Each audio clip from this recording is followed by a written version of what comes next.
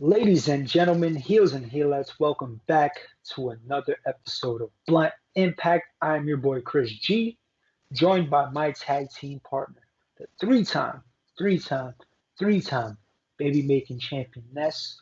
We are joined by our co-host, Mary Jane. I just dropped her, but I got her. She's right here. We're joined by Mary Jane. We form the Pot Heels. We cover everything on Impact Wrestling. This week, we are covering the March 9th episode. But we are recording this on March 10th, and it just happens to be our good brother Ness's birthday. So we are lighting up birthday blunts on this episode. Ness, you old motherfucker. How Yeah, does it man. feel? How's your day going? My day's been very, very good. Thank you for that marvelous intro. Greatly appreciated. It has been quite the day, and I am feeling pretty great. And this is the best way to, wind down. And this is the highlight of my evening. I had a great day, and this is gonna cap off a great day with a great night.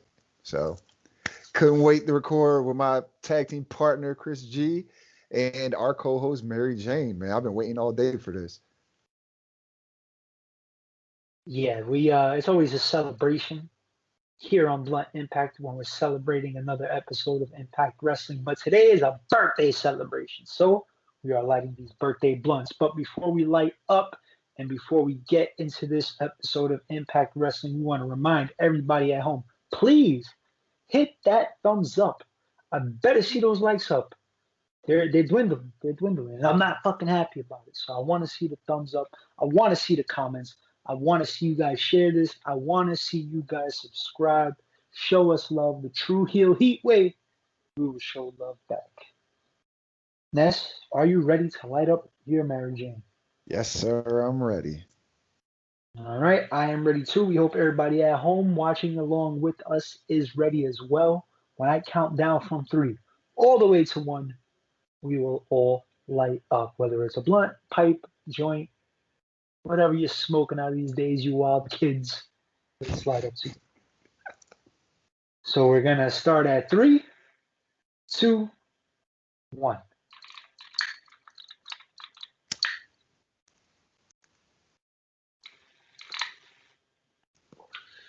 I have no idea where my lighters are. I'm using one of those barbecue torches, like if I'm trying to Hey, kick fucking shish hey, kebabs at it 8 in the works, morning. man. It works. Yes, whatever brings the fire. Speaking of fire, we will start with the women's matches. We had one to start off the night. It was between Tasha Steeles, one half of your Knockouts Tag Team Champions, versus Jazz. Nice back and forth. Mainly Tasha trying to play mind games in the beginning. Jazz showing though that she's a veteran, that experience. You can't outwork a worker.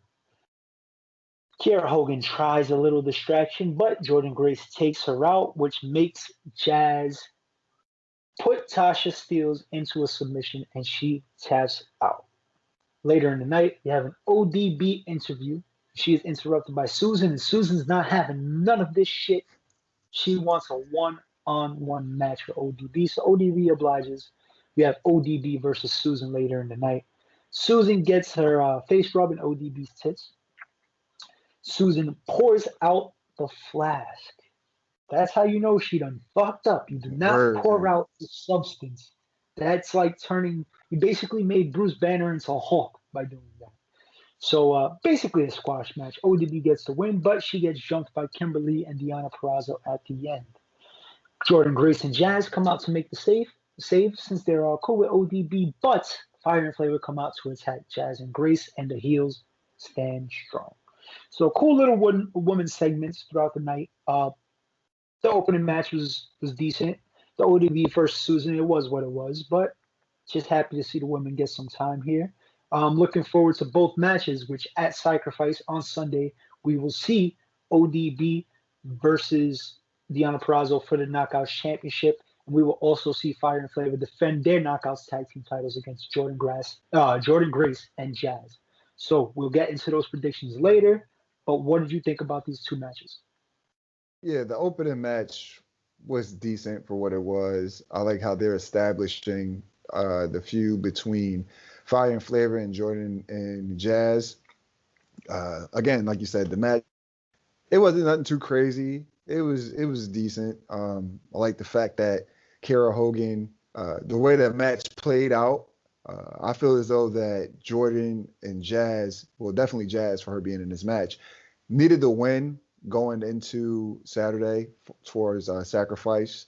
Got to go in there looking like a threat. You don't want to go in there looking like a sucker, like a chump. You know, go in there with that momentum behind you. So now it's up to Tasha Steelz and Kiera Hogan to say, "Hey, we are the Knockouts Tag Team Champions, and this is our house, and we're here to get this victory. If not, they're just going to look like some suckers." So, it is what it is.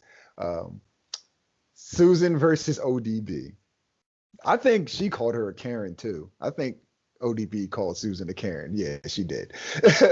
So it's not just us calling her Karen, it's everybody, because that's basically what and who she is. But again, that match was what it was. It was a squash, but man, it was a whole lot of chesticle action going on in there. ODB where her beach balls flopping all over the place, opening up the shirt of Susan and giving her knife as chops. And then there was even some of Susan's cleavage going on over there. Yes, I'm a male, heterosexual male. I was looking. I don't give a shit. I was looking. So, but I like how everything broke down at the end with Deanna Perrazzo and Kimberly coming out to the aid of Susan, and then Jordan and Jazz coming out, and then the Knockouts Tag Team Champions Fire and Flavor coming out on top of that. At that point, I thought maybe um, Havoc and Nevaeh was going to come out after the fact. I don't know why, but they didn't, and that's fine. I just thought it was happening because everybody, like, all the knockouts were like pouring out. I thought it was going to be something like that, but nothing bad to say about it. So I just like how they're utilizing the knockouts in their women's division. They get them on prominent spots in the show, and then they give them ample time for their stories to play out. So kudos all around, from the opening match to Susan versus ODB to the brawl at the end. Everything was just great for the ladies. So gotta give it up for the ladies.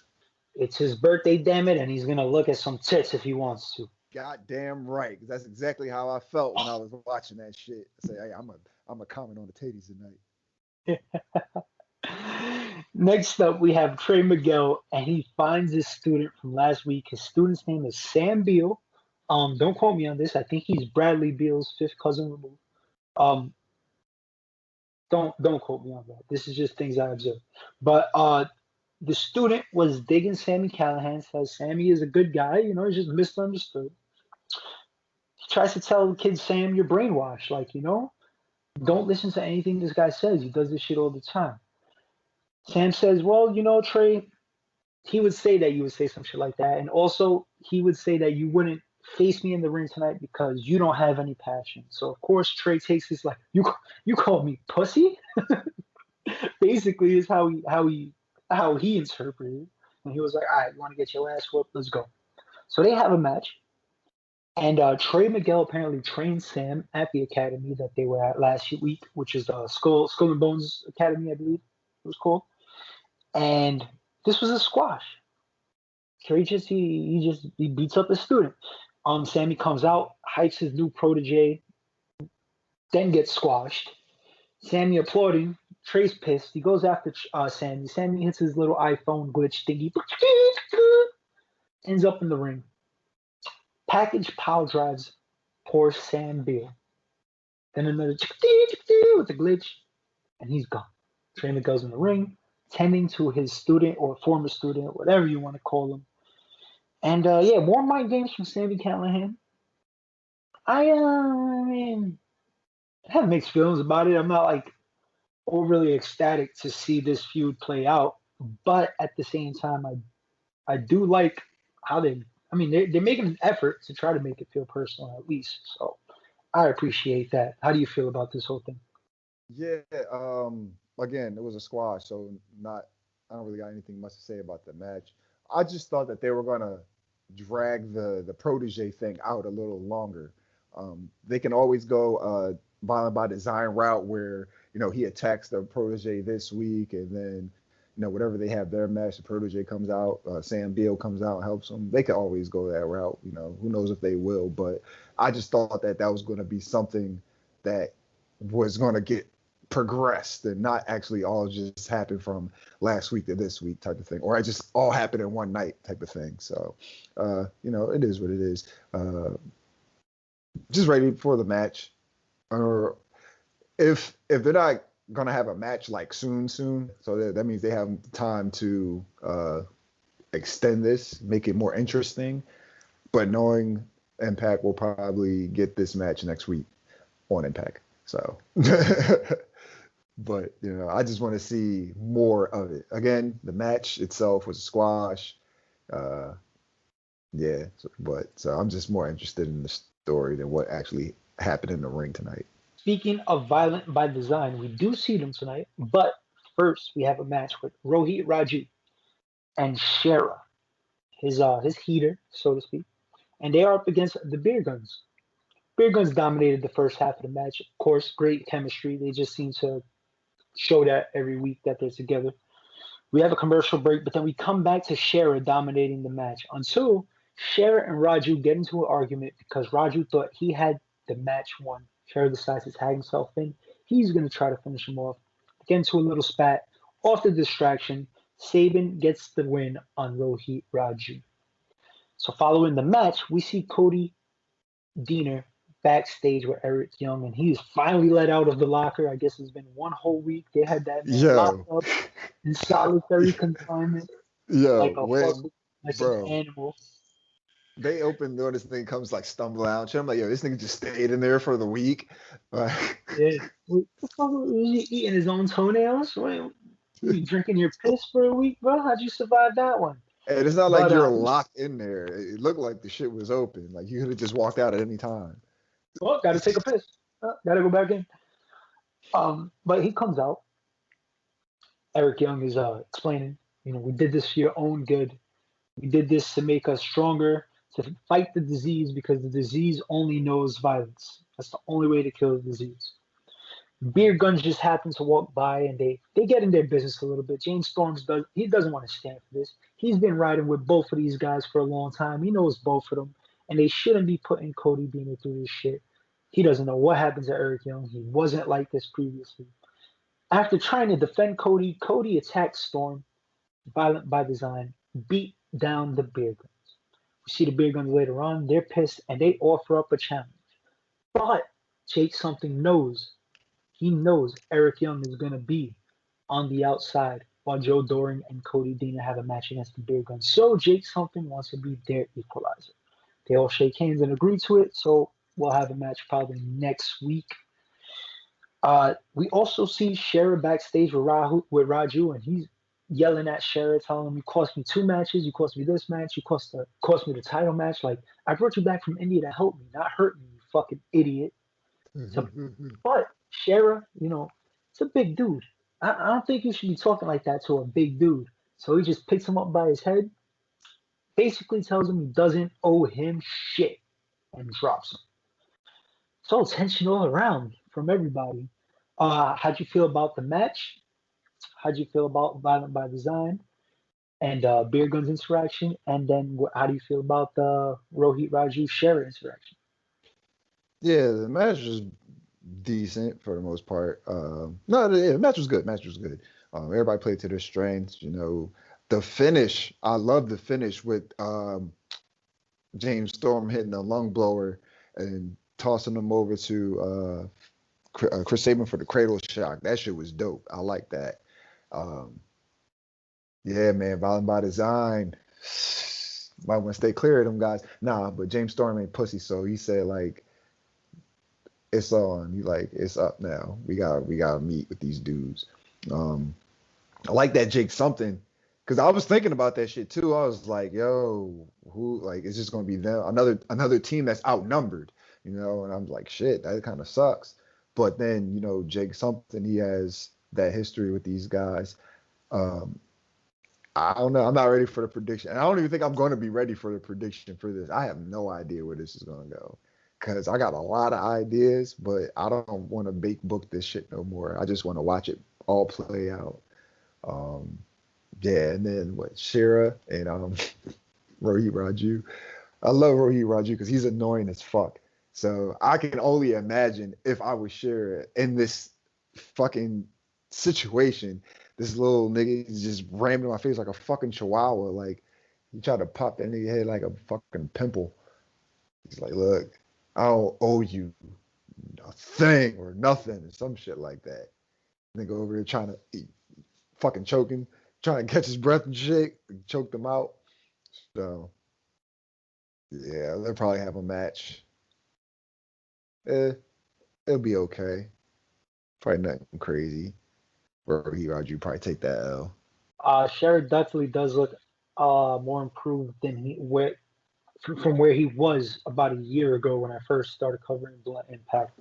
Yeah. So, it's good to see. It's good to see a big man. He has a very good presence. So if he could work on his game a little bit, he could be a star.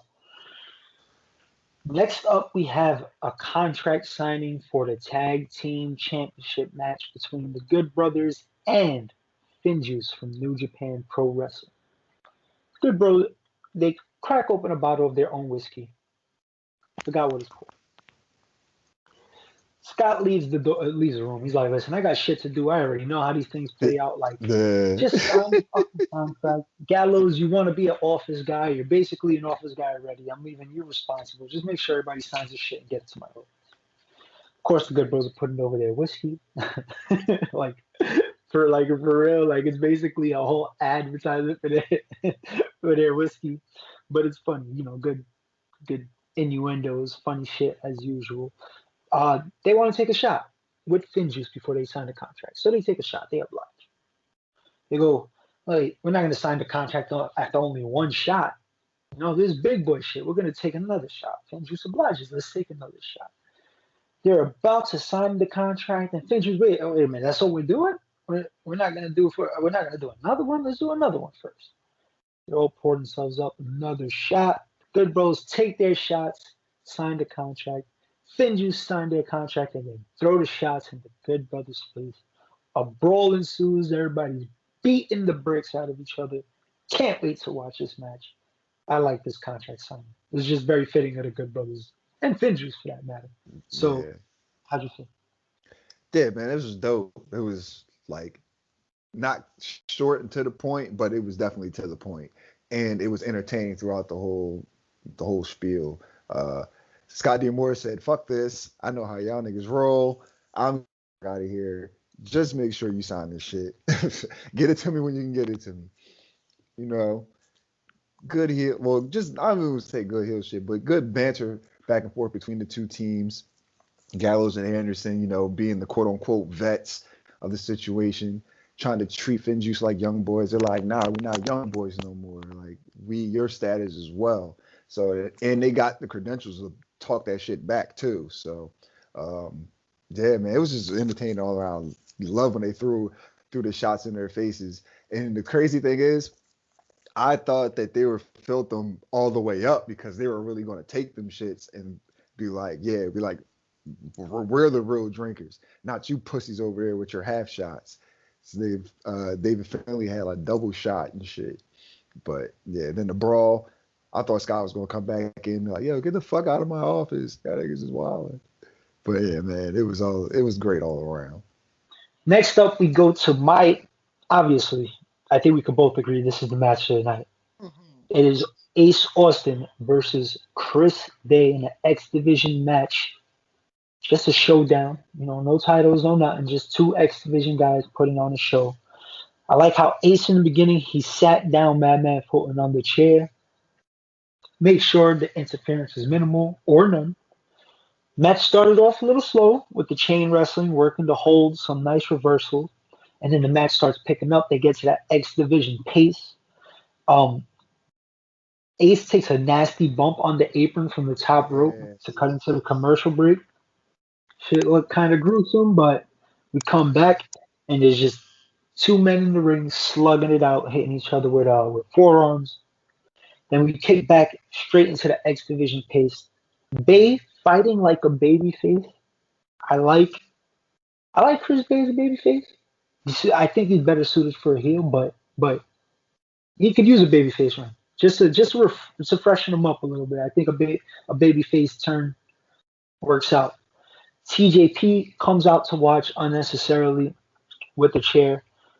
Madman Fulton doesn't like it, so he gets up and he chases him out with his chair. Ace Austin is distracted. Out of nowhere comes Chris Bay, hits a cutter, then hits the ultimate finesser for the win. Just a hell of a match. Afterwards, we get into Swingers Palace, my favorite casino, and TJP bet Bravo that was going to happen. So Bravo loses his money again to TJP. But Josh Alexander comes and he's not happy with TJP because his head's not in the game. He's out playing fucking roulette and betting people on blackjack and all that when he has a title match on Saturday. He's not focused. And Josh Alexander basically wants to see him if he survives against Ace Austin for that X Division Championship. Swingers are chilling in the back. Yeah, daddy, with his nice little cash roll, because he's just taking everybody for their money. He's the ultimate finesse. For real. So, but of course the segment's great, but the match was really good. I enjoyed everything about it. How about you? Just like you said, it's definitely the match of the night. This shit was like great, in my opinion, literally from start to finish. Like I know it was slow, but I enjoy matches that start off slow with this style and then builds up. Like I know a lot of people are like, oh, these guys are spot monkeys. They just work fast from start to finish. Like these matches that they take their time, to build up the tension to the match. They do a little mat wrestling. They do different submissions and escapes and holds and things of that nature. So it's not always just high flying, fast paced, right from the rip. Like it gets built up to it, and then now when it switched that gear, now we can take off, and that's exactly what happened in this match. Like you said, that fall from the top turnbuckle, that I caught that shit too. I said, yo, that nigga look fucked up. Hit his back all on that shit. That shit was crazy. But man, I really enjoyed this match. Both these guys are just I can see them in like world title picture, like and I definitely got baby face vibes, obviously from Chris Bay in this. He can definitely go on a nice little baby face run, in my opinion. And that brings me to my next point of discussion. He just beat Ace Austin, the number one contender. He should be in this. He should be in a triple threat match at Sacrifice. Off of that, in my opinion. Like, how do you beat the guy that's supposed to challenge for the title? That gives you some. That gives you some validity towards a title shot and a chance at championship. But I'm not going to complain about that. Maybe he'll be in line for a title shot after whoever comes out of Sacrifice as champion. But yeah, Chris Bay should definitely be in the world title picture. Not world title picture. I'm sorry, X Division title picture. Yeah, I mean they already kind of inserted him in the triple threat with TJP and Rohit Raju, so I get why they Exactly. wouldn't do it again. But now he has a claim, so if Ace Right. Austin So is it's weak, something. he can always come back to that and They would try to get say as long as that win was for nothing, like that's going to be the issue. Like that win has to mean something. If they're gonna push Chris Bay, like that win has to mean something. But I'm sure. I'm sure they'll I go gotta back. get to the swinger palace shit is always funny as hell. I wouldn't mind seeing Josh Alexander versus TJP again. Shit, I wouldn't mind seeing Josh Alexander versus anybody at the moment. I would like. I definitely want to see Josh Alexander wrestle on Impact. He can wrestle whoever. It doesn't even matter. Next up, we're just gonna run through a few segments that happened throughout the night before we get into what closed the show. Yeah, Triple XL and Reno Scum arguing about who lost the match last week. Decay interrupts. Triple X leaves because Decay basically chose him about being gentlemen and not being able to hit a woman. Reno Scum says they don't give a fuck. They will hit a woman. Um, Decay, they are scum, of course. Decay Exactly. says, well, they're looking for a sacrifice on Saturday. The flashback moment of the week, which is Sacrifice 2010. It is Team 3D versus Beer Money versus the Motor City Machine Guns. The winners will be number one contenders to the tag team championships. Motor City Machine Guns win. We have Brian Myers barging into Scott D'Amore's office, and he wants Eddie Edwards fired. There's a stack of legal documents on Scott's desk from Mark Sterling, his attorney. Not a good one, in my opinion. He wants Eddie erased from the history of Impact Wrestling. Scott says, "You know what? Fuck this. Let's just set up a match for Saturday. Let's have a hold harmless match." And Brian Myers, dumbass, is like, "Oh, hold harmless, cool. All right, submissions. I could do that. I am the most professional wrestler. Let's have a submissions match." Scott's like, no. I'm gonna send this shit over to your lawyer. He'll explain it to you. Hold harmless is basically a no disqualification match. You can do whatever you want. The company's not liable. Kill each other for all you care. For all I care. Just leave me alone and get this out of your system. So that's what we're gonna have on Saturday. We'll get into that though. We'll predict that later. And we have another paid ad from Tony Khan. Puts over Dynamite with Tony Schiavone, of course. Puts over the buy rate for Revolution, which I believe is their highest buy rate for a pay-per-view to this day. They recap the pay-per-view, blame the exploding ring on Kenny Omega and Don Callis and the shystiness and the Impact Wrestling involvement. I already got into the shitty explosion on the roundtable, but following the Dynamite episode, I'm not mad that they're trying to blame it on Kenny anymore. I told y'all that's. I definitely told you that. I said that shit. I said that shit. Everybody's like, no, they shouldn't do it. Yes, they should. That turns it into a fucking story. Like, why do you want them to come out and this is my opinion. Why do you want them to come out and say, oh yeah, we fucked up? Like, then they don't have, like, where are they going to go from there? They can come up with something, but it wouldn't be as intriguing as Kenny Omega built this fucked up ring. And this is the reason why I don't really mean to talk about AEW, but this is the reason I see it. Kenny Omega built a fucked up ring because he didn't think he could beat Jon Moxley in that type of match, and it would have been over. They both would have blew up. Like, that's just my opinion. But the way they fucked it up, yeah, they definitely fucked it up. This is how they can spin it to a positive for them. And that's what they're doing. I said this shit as soon as the pay-per-view was over. Everybody's like, nah, they're not going to do that. They shouldn't do that. Look what the fuck happened. A big book shit. That's what I do around here. That's true. Speaking of Kenny Omega, we'll get into him after we hit the last segment of the night. Moose and Swann, they have a nice little vignette. I think we've seen it basically the same thing last week. But at the end of the night, it's been teased throughout the night. Scott D'Amore has this announcement concerning this title match at Sacrifice between Rich Swann and Moose. He's in the office with someone talking, finalizing some type of deal before we cut to Moose in the ring, and he's calling out Scott D'Amore. He said he'll hijack the show if he has to again. He's impatient and wants this announcement now. After a commercial break, Scott comes out. He says he can only make this announcement with the world champion present. So Rich Swann comes out and he announces that this match at Sacrifice will be a unification match. TNA Heavyweight Championship, Impact World Championship, they will be unified. Also, the winner of that match will go on to Impact Rebellion sometime in April, and they will go up against Kenny Omega, title versus title, the AEW World Champion versus the Impact World Champion. A lot to digest. I kind of seen I guess the unification coming, or I just assumed it because it was supposed to be title versus title, But I believe it was you who pointed out to the rebellion sign last time that it has the Omega symbol on it. So big booking again, coming through with that.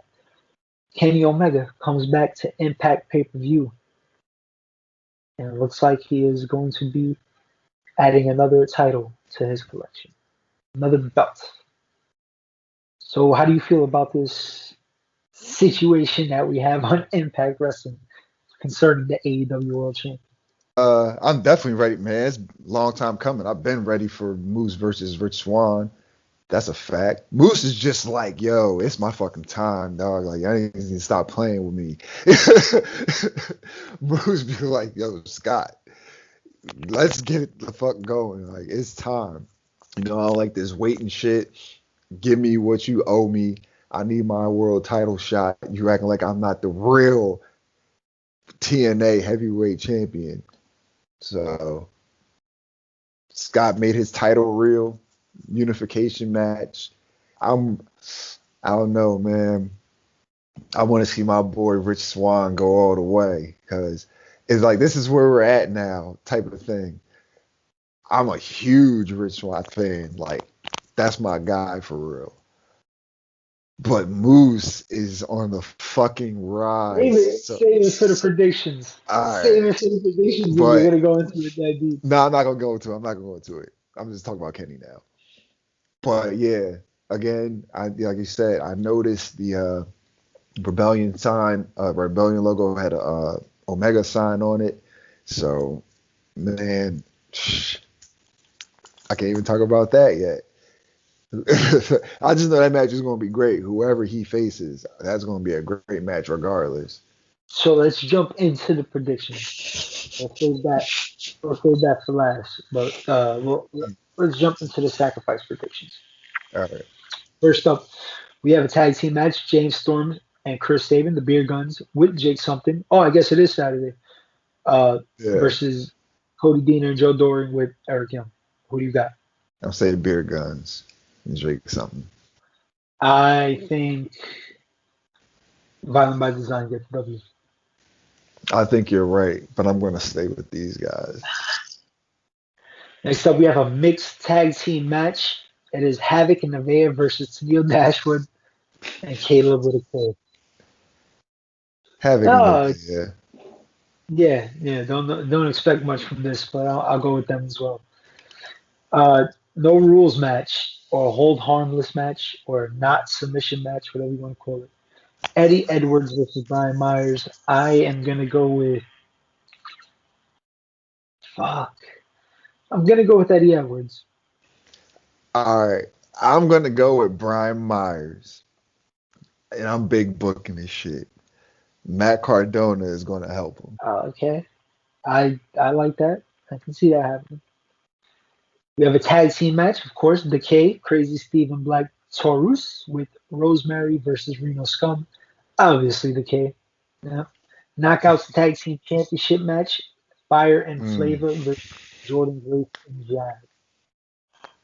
I think Kiera Hogan and Tasha Steelz retain.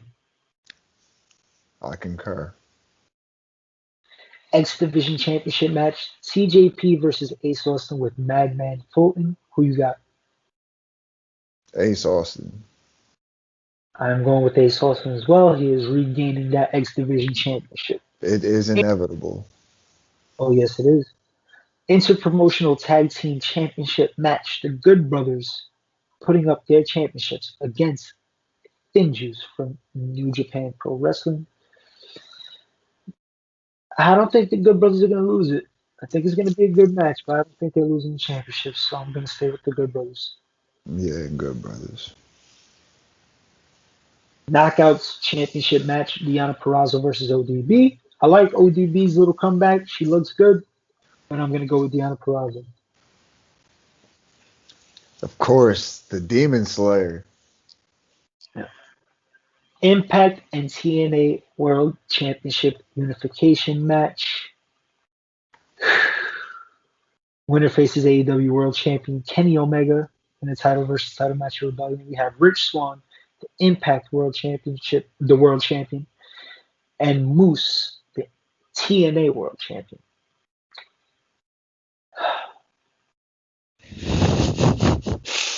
fucking hard because I really want to see Rich Swann versus Kenny Omega. But That how do you pass up on Moose, man? This is just it's his time, man. It's just it doesn't it feels like it's his time, you know? Even if he goes up against Kenny and loses it, it still showcases Moose, I guess, you know?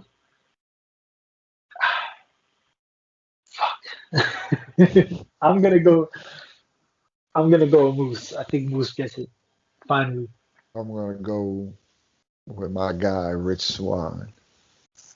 I mean, I mean, there's no wrong answer. Either way, you can't go wrong either way, Because they're honestly. both gonna lose to Kenny, so it don't even matter. Pretty much. But this is honestly one of those matches that is tough to call. The way they built it, like Rich Swann just being so strong and wanting that one-on-one with Kenny because of the prior interactions, Hmm. and then at the same time, the way Moose has just been built up, beating everybody, just destroying shit, looking like the breakout star of Impact, in my opinion. It's like, which way do you go? So Right. I'm gonna stick with Moose. You're gonna stick with Rich Swann. We will see what happens on Saturday. We will most likely have a sacrifice special, Blunt Impact special. We will most likely be joined by SP3, maybe somebody else. But before we leave, Ness, where can we find you at?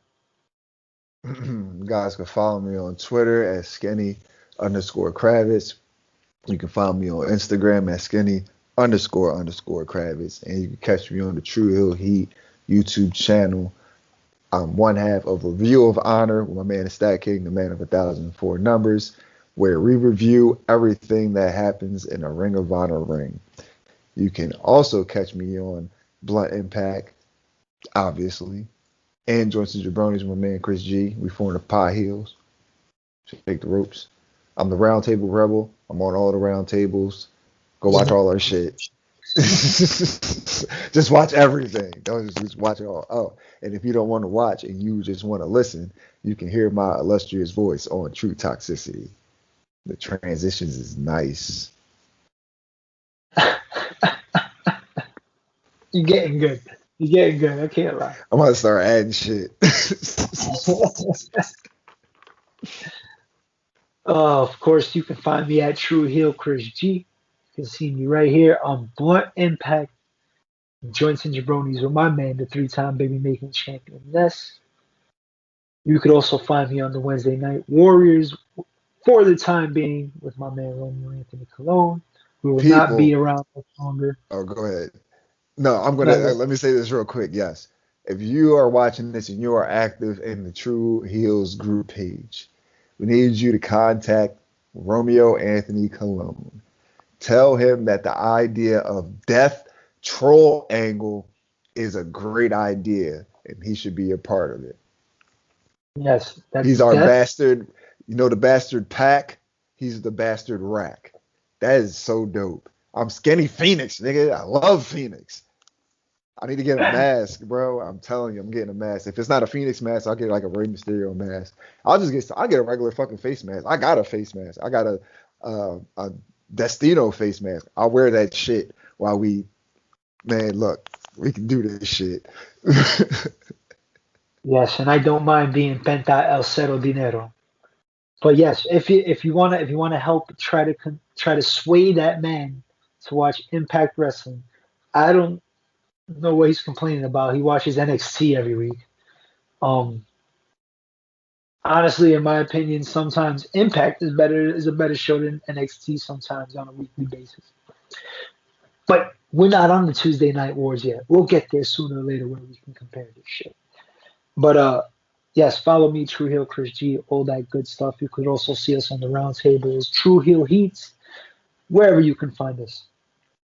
So for the three time, three-time baby making championess, for our co-host Mary Jane, I'm your boy Chris G. We will catch you guys next week and also this weekend for the Sacrifice special. Peace out.